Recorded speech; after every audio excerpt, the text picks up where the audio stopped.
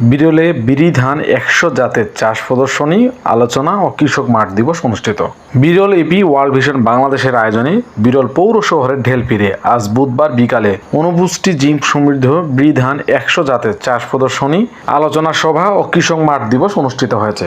বিরল AP world vision বাংলাদেশের field supervisor Anisur রহমানের সঞ্চালনায় অনুষ্ঠানে প্রধান অতিথি হিসেবে উপস্থিত থেকে মূল্যবান বক্তব্য রাখেন উপজেলা কৃষি অফিসার কৃষিবিদ রুম্মান আক্তার।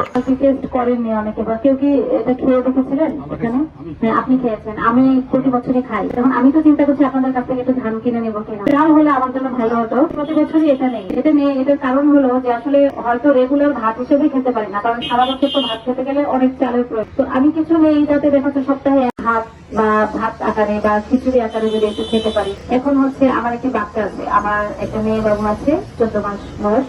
ওকে একটু মাঝে মাঝে চেষ্টা করি যে এই চাল দিয়ে একটু ভাত রান্না করে খাওয়ানো, খিচুড়ি আকারে যদি একটু খেতে পারি। অনুষ্ঠানে বিশেষ অতিথি হিসেবে উপস্থিত ছিলেন বিরল এপি ওয়ার্ল্ড ভিশন বাংলাদেশের প্রোগ্রাম অফিসার প্রদীপ কুমার রায়।